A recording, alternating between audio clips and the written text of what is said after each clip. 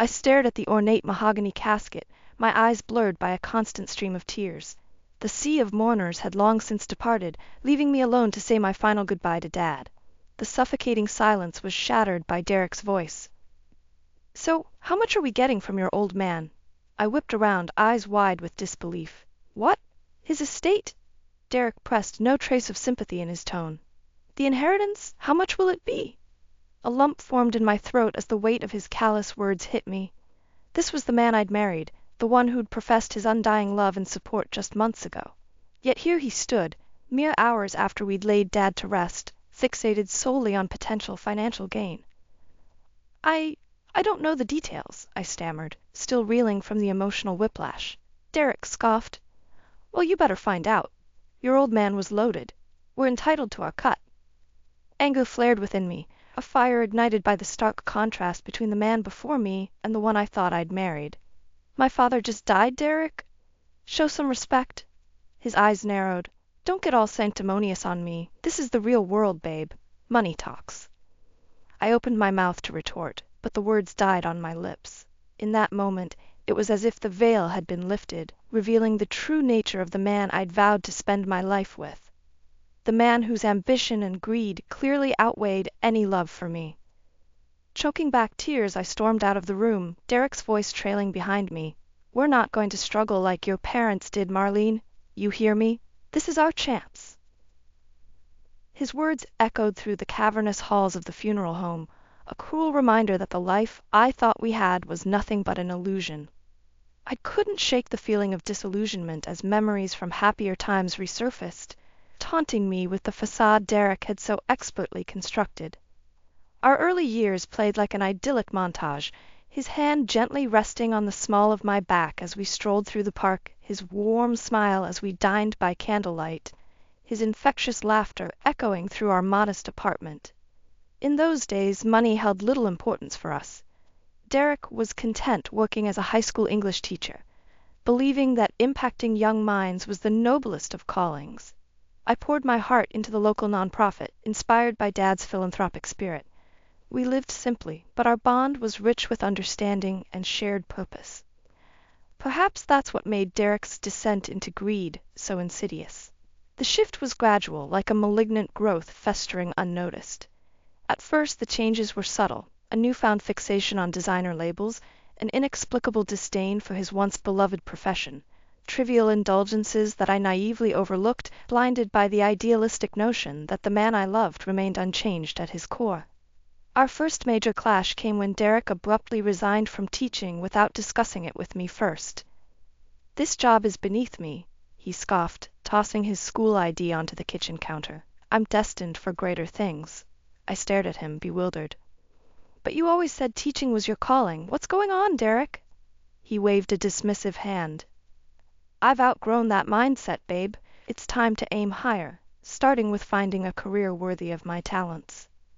In the days that followed, Derek's disdain for frugality became apparent. Date nights transformed into reservations at opulent restaurants where the wine list cost more than my monthly salary. Weekends once spent hiking or visiting museums gave way to conspicuous shopping excursions, our humble abode rapidly filling with designer furnishings and ostentatious art pieces. "You deserve the finer things in life," he'd insist whenever I questioned the extravagance, his words laced with a strange undercurrent of resentment. My pleas for restraint and open dialogue fell on deaf ears. Derek had been consumed by an insatiable hunger, one that steadily drove a wedge between us. The man I'd married, the one who found joy in simplicity and connection, was slipping further away with each materialistic indulgence. Derek's fixation with wealth and status only intensified as the months ticked by. Our once peaceful home became a battleground, with heated arguments erupting over his reckless spending habits. "This Rolex cost more than my entire year's salary," I shouted, waving the ostentatious timepiece in his face. "We can't afford these kinds of luxuries, Derek," he scoffed, snatching the watch back. "Don't be so provincial, Marlene. This is the lifestyle we deserve, the one your rich daddy enjoyed while looking down his nose at the rest of us." The bitterness in his tone struck me like a physical blow. "My father worked hard for everything he built," I shot back, fighting the sting of tears. and he never flaunted his wealth like some arrogant buffoon. Derek's eyes narrowed dangerously. Well, now it's my turn. Our turn. We're not living like paupers anymore. Desperate to make him see reason, I tried a different tack. Don't you remember how happy we were when money wasn't a priority? We had everything we needed, each other, fulfilling work, a warm home. Had being the operative word, he sneered. I'm not settling for your hippie ideals and second-hand dregs anymore. Either get on board or get out of my way. The venom in his words left me reeling. This angry, materialistic stranger had fully consumed the man I once knew and loved. In the days that followed, the disintegration of our marriage accelerated at a dizzying pace. Derek grew more distant, his routine now centered around glad-handing with the city's elite and ingratiating himself with wealthy social circles. If I dared broach the subject of his wasteful spending, he'd brush me off with thinly veiled contempt. Don't worry your pretty little head about finances, dear, he purred in that mocking tone. Just leave it to me. It wasn't until Elena, my closest friend, pulled me aside one afternoon that I began to see the full extent of Derek's betrayal. Marlene, I have to tell you something, she said uneasily, her warm brown eyes filled with pity. Lowering her voice, she continued, I saw Derek having lunch with some woman last week, at that new high-end bistro downtown. My heart plummeted. What? Are you sure? Elena nodded solemnly. Honey, I'm so sorry. From the way they were interacting, it seemed like more than just a business meeting. Bile rose in my throat as her implication washed over me. Of course, in his endless pursuit of wealth and status, Derek's indifference towards me had given way to outright infidelity. The once solid foundation of our marriage had crumbled, reduced to rubble by his greed and wandering eye. Choking back tears, I met Elena's mournful gaze and forced out the words that had been weighing on me for far too long. I think I need to leave him. Despite my newfound resolve to leave Derek, extricating myself from the marriage proved easier said than done. Not only did his deceit and greed continue unabated, but his professional life began spiraling out of control as well. It started with the little things, arriving home progressively later from work, absently scrolling through his phone during what few conversations we still had. When I finally mustered the courage to confront him, his excuse was always the same. Just trying to get ahead at the firm, babe. You know how it is. Except I didn't know. The Derek I'd married had loved his job teaching high school English, finding genuine fulfillment in fostering young minds. This obsessive, workaholic behavior was yet another glaring red flag that the man I vowed to spend my life with was long gone. The cracks in his professional facade became increasingly apparent over the following weeks. Meetings with supervisors held behind closed doors, urgent hushed phone calls, the vacant stare that often clouded his eyes, all signs that his career was hanging by a thread. One evening I returned home from the nonprofit to find Derek slumped on the couch, disheveled and reeking of stale liquor. You're home early, he slurred, not bothering to lift his head from where it lolled against the armrest. I bristled at his flippant tone.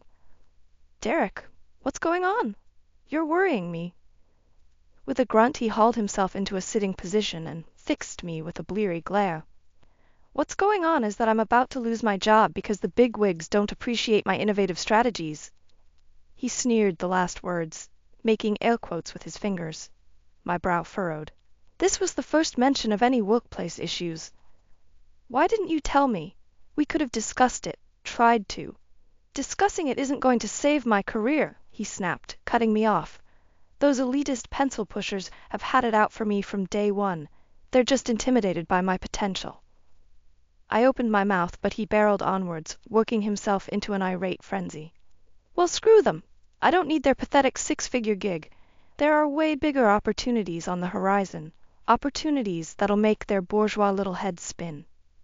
Unsure how to respond, I could only stare in stunned silence as Derek ranted and raved about corporate conspiracies and his bright future.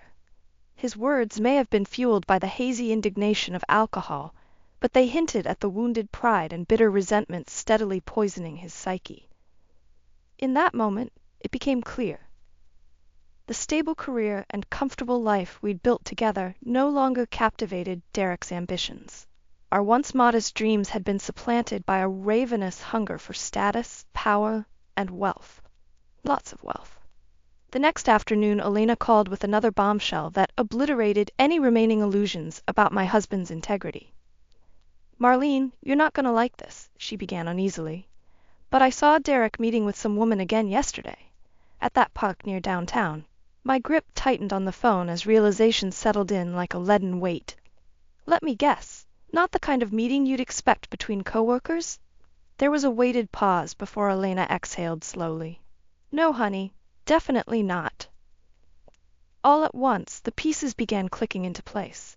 Derek's frequent late nights, his newfound obsession with wealth and status, his indifference towards me, it all stemmed from another woman. Another life he was building, one untethered from the marriage vows he'd so carelessly discarded. My next words came out in a choked whisper. "He's been cheating on me, hasn't he?" Elena's pained silence was confirmation enough. In that moment, the floodgates shattered, a torrent of rage and betrayal crashing over me as I realized the true depths of my husband's selfish depravity. Through my sobs, I managed to choke out one final question. Does she have money?" Elena's response cleaved what little remained of my heart in two. "Yeah. From what I overheard, she's loaded." After Elena's revelation, a numb disbelief enveloped me for days. Part of me still clung to the desperate hope that Derek's indiscretions were just a momentary lapse, that the man I loved was still in there somewhere, buried beneath the avarice and betrayal. That flicker of naive optimism was extinguished one frigid evening when the evidence of his unfaithfulness slapped me squarely across the face. I had returned home late from a charity fundraiser, my body and spirit drained from putting on a brave face all night. Padding into the kitchen, I was surprised to find the lights on and Derek's laptop open on the counter. At first, I dismissed it as him simply forgetting to log off before leaving for wherever it was he disappeared to these days. But as I drew closer, something on the screen caught my eye, an unmistakable charge from a high-end jewelry boutique. My heart stuttered as I clicked to scrutinize the charge further. There it was in glaring digital font, a receipt for a diamond tennis bracelet totaling nearly $10,000. Ice flooded my veins as the sick realization dawned on me. This was no treat for his devoted wife. This was an extravagant gift, purchased with funds from our joint savings account, the one meant for our future and security. The one Derek had been steadily draining to bankroll his tawdry affair. White-hot anger lanced through me, mouth going dry as I heard the telltale jingle of keys at the front door. Derek sauntered in a moment later, seeming not to notice me at first. It wasn't until I cleared my throat loudly that his gaze snapped over, eyes widening fractionally. "Oh, hey, babe. Didn't expect you home so. Who is she?" I cut him off, jaw clenched. He blinked dumbly. "Who's who?" "Don't play dumb," I snapped, snatching up the laptop and shoving the incriminating receipt in his face. "Who's the woman you've been spending our savings on?" Understanding dawned across Derek's features, swiftly morphing into a sneer. "So what if I got somebody a little gift? I've more than earned the right to spend my money how I see fit." My hand reflexively flew to my stinging cheek before I even registered the crack of his backhand. "Don't you dare talk down to me," he snarled, eyes glittering with contempt. "If it weren't for me, you'd still be a washed-up nobody slumming with the paupers." Shock and pain paralyzed me as Derek unleashed the full torrent of his vitriol. "Let's be honest here, Marlene. Our marriage was a mutually beneficial arrangement. Nothing more.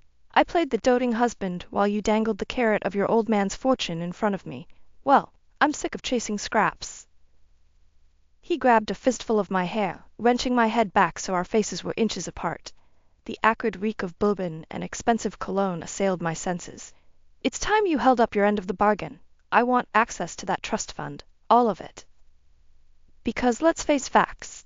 I'm the only adult in this relationship, the one with actual ambition and drive. Without me, you'd still be a pathetic little charity case living off Daddy's scraps." His words lacerated my soul, finally obliterating any remnants of the honorable man I thought I'd married. This cruel, domineering monster was the true Derek Hollister. A black-hearted con-man who had masterfully played me for a fool using the oldest trick in the book. He released me with a disdainful shove, letting my body crumple limply to the floor as he stalked off, already dialing his phone. "Hey baby, it's me," he purred. "Clear your evening. Daddy's about to come into some money." I kept my head bowed as Derek stormed back into the kitchen, his expensive loafers clicking menacingly on the tile. A tremor ran through me, every instinct screaming at me to flee, but I remained rooted to the spot, bracing myself for the inevitable confrontation. "Well?" he sneered, grabbing a fistful of my hair and yanking my head back. "I'm waiting for an explanation, you ungrateful little—" "There is no inheritance," I interrupted, the words tumbling out in a breathless rush. "Not for you, at least." Derek's face contorted in an incredulous sneer. "What the hell are you talking about?" Steeling myself, I met his gaze unflinchingly. My father's assets and holdings were all locked into an irrevocable trust after his death. Yeah, in order for either of us to access a single cent, we both have to agree. Comprehension sank in, quickly followed by disbelief. You're lying." "I'm not," I stated it simply, matter-of-factly. Those were the conditions he stipulated, a final test to judge the character of the person I chose as a husband. Derek opened his mouth, but I pressed on, determined to unleash the torrent of pent-up emotion that had been simmering all these years. "He knew, Derek. My father saw through your facade from the beginning. He recognized you for the materialistic, self-serving leech that you are." The words spilled forth like shrapnel, each one laced with a lifetime's worth of anger and disgust. "I was just a means to an end for you. A convenient pathway to the fortune you thought was your birthright. Well, let me enlighten you." My voice dropped to a seething hiss. "The only birthright you'll ever receive is a parade of sleepless nights, wondering how you could have been so blind to sacrifice everything for greed." A vein pulsed visibly in Derek's forehead as I issued the killing blow. "This marriage is over. Consider the settlement from my personal savings your reward for playing the part so convincingly. It's more than you deserve, but at least now you won't drag anyone else down with your pathetic existence." The resounding slap echoed through the cavernous kitchen like a gunshot. My head whipped to the side from the force of the blow, the sharp sting blossoming across my cheek as I crumpled to the floor. Derek towered over me, chest heaving with unbridled rage. You ungrateful, treacherous bitch," he roared, specks of spittle flying from his lips. "After all I sacrificed for you? For US?" With a feral snarl, he hauled me up by the collar of my blouse until our faces were mere inches apart. His next words dripped with venom. "You'll be the one wondering, Marlene, wondering how you'll survive without a single penny to your trust fund name. Because I'll make sure every friend, every business associate knows exactly how low you stooped to try and rip me off." He shoved me away, my back slamming against the counter as I fought to remain upright. "This isn't over, not by a long shot. You hear me?" Chest heaving, eyes wild with fury, Derek snatched up his coat and stormed towards the front door, pausing only to lob one final parting shot. "Have fun with your precious charities, you pathetic do-gooder, because my dear, dear wife... That's all you'll have left when I'm through." The door slammed with deafening finality, leaving me huddled on the kitchen floor, cradling my throbbing face as the enormity of my situation washed over me. Derek's path of destruction was only just beginning, and whether I was prepared or not, I was squarely in the crosshairs. In the days following Derek's explosive departure, I found myself adrift, unmoored by the jarring reality that my life had become unrecognizable. The cozy home we'd built, the dreams we'd shared, all desecrated by one man's insatiable greed. My initial instinct was to withdraw, to lick my wounds and mourn the demise of my naively idealistic notions about love and partnership. But the more I dwelled on Derek's vicious threats, the more a simmering fury took root. He wanted to drag my name through the mud? To punish me for seeing through his charade? Well, two could play at that game. It started small at first. A carefully worded email to our property manager, ensuring Derek had no way to siphon further funds from our joint accounts. Another message to my assistant at the nonprofit, alerting her that I would need to take some personal time. Then came the bigger moves, executed with a calculated precision that would make even Derek's mercenary soul proud. First, I orchestrated a video call with Alina, filling her in on every lurid detail of Derek's betrayal and demanding she back my version of events, should he try any underhanded tactics. Her expression shifted from horror to grim resolution as I outlined my gambit. Next, I drafted the divorce papers, employing the shrewdest family law firm in the city to guarantee Derek received not a penny more than what I deemed fair restitution, a settlement payment of $200,000 from my personal trust, enough to ensure he could slink out of my life forever, but not so exorbitant that he could squander it indefinitely. Elena insisted on being present for the signing, watching with poorly concealed disdain as Derek scrawled his name with a trembling hand. "I hope you realize how lucky you are," she said, voice low and filled with quiet menace. "If it were up to me, you'd be leaving with nothing but the clothes on your back, you spineless gravy-trained." "Elena, it's done," I interjected firmly, as much for her benefit as to halt Derek's wounded sputtering. "He's gotten what he deserves, more than he deserves even." The implication hung heavy in the air as the two of us stared him down, daring him to protest, to unload the inevitable torrent of vitriol I knew was simmering behind those smoldering eyes. But after an agonizing moment, Derek simply gathered up the papers and stormed towards the exit without a word. Just before disappearing through the door, he paused, turning to fix me with one final glower. "This won't be the last you hear from me, Marlene." It wasn't a threat, but a snarled promise, saturated with a bitterness so viscous it was nearly tangible. Then, like a noxious vapor dissipating in the breeze, he slipped out the door and was gone. It would be weeks before I heard from Derek again, the eerie silence only periodically shattered by news of him liquidating assets or reports of increasingly erratic public outbursts. A small, vindictive part of me relished every lurid detail, savoring his downward spiral into irrelevance. But I knew this temporary reprieve was precisely that, temporary. Sooner or later, Derek's rage and indignation would reach a crescendo, and when it did, I intended to be ready. Because while he'd been content to leech from others for sustenance, I was preparing to fight this battle the same way I'd built my entire life, through hard work, perseverance, and a steadfast refusal to let anyone or anything break me. Not even the man who had once sworn to cherish me, in sickness, health, and utter betrayal of every vow.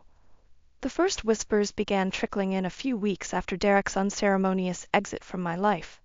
Snippets of information delivered by well-meaning friends and colleagues, each one more damning than the last.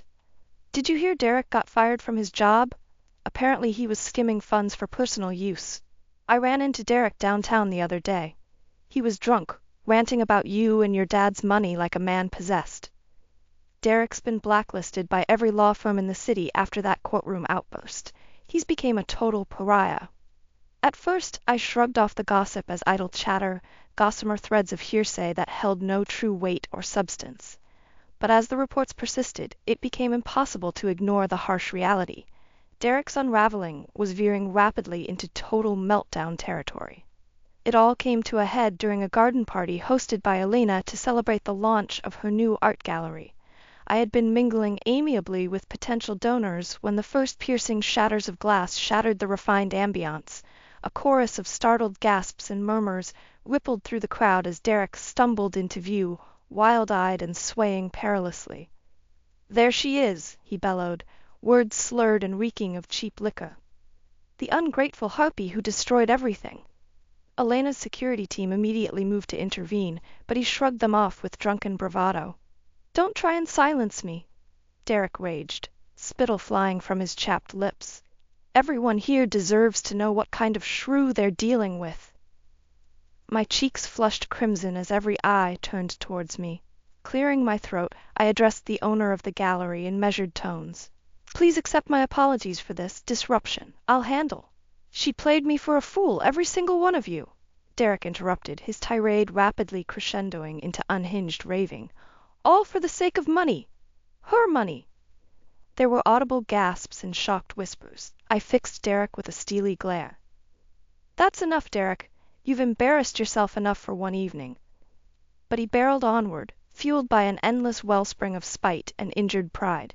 "After everything I sacrificed for our future, she tried to steal my inheritance. Can you believe the audacity?" The words barely registered before a harsh bark of laughter burst forth, unbidden. I couldn't contain the eruption of bitter mirth bubbling up inside me. "Your inheritance?" I echoed incredulously. "Derek, you arrogant, pathetic fool." His jaw went slack, belatedly recognizing the potent mixture of pity and revulsion simmering behind my gaze. "Don't you realize why this happened? Why you've ended up a disgraced, destitute laughingstock?" My voice dropped to a hush, yet carried clearly across the garden. "It's because you put your faith in money rather than the people who actually loved you. You traded ethics and integrity for greed, and now you have nothing. No wealth, no status, not even a shred of self-respect left." My denunciation hung heavy in the air, each word landing like a scathing slap. For one fleeting instant Derek's bravado faltered. Then, like a rattlesnake rearing back, his expression contorted into one of pure, unhinged loathing. "This isn't over, Marlene," he snarled, fists clenching. "I'll make you regret ever—" "Get him out of here," Elena interjected coolly, having materialized at my side with her security detail in tow.